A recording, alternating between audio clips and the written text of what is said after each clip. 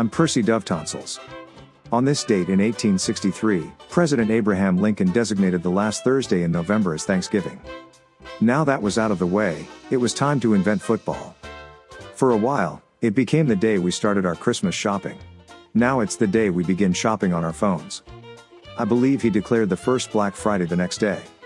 A day of national thanks, where families could spend the day together drawing names for the Christmas gifts and watching the Detroit Lions and the Dallas Cowboys play. Americans appreciated it, but Lincoln said, "Hold that gratitude until the last Thursday in November." Today, the last Thursday in November is better known these days as the midway point of the Christmas shopping season. On this date in 1913, a federal income tax was signed into law, at 1%. This should be foot in the door day. Back then, it was only 1%. Yep, the 1% were paying just 1%. May we point out that our country survived for over 100 years before implanting the first income tax. Thank you. It was on this date in 1922 that Rebecca L. Felton of Georgia became the first woman to be seated in the U.S. Senate.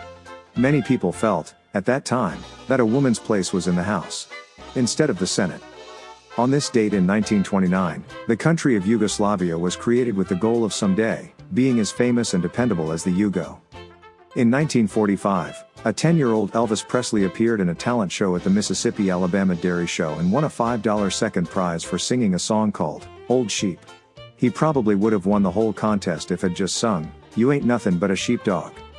On this date in 1952, the very first magnetic tape video recording was made. It was pretty boring, but the tape was the only thing he had to record.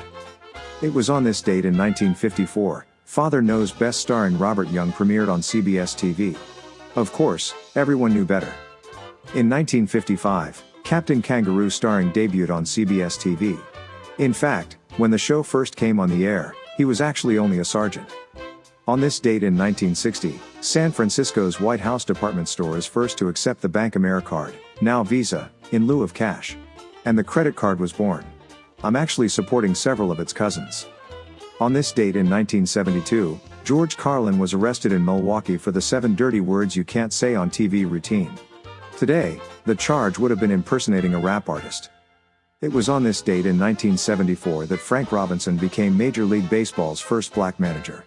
Can you believe baseball was that racist as recently as 48 years ago? He was put in charge of the Cleveland Indians. Oh, wait. Even more recently. In 1995, the Space Shuttle Atlantis took its maiden flight. The tough part was finding the maidens who knew how to fly one of those things.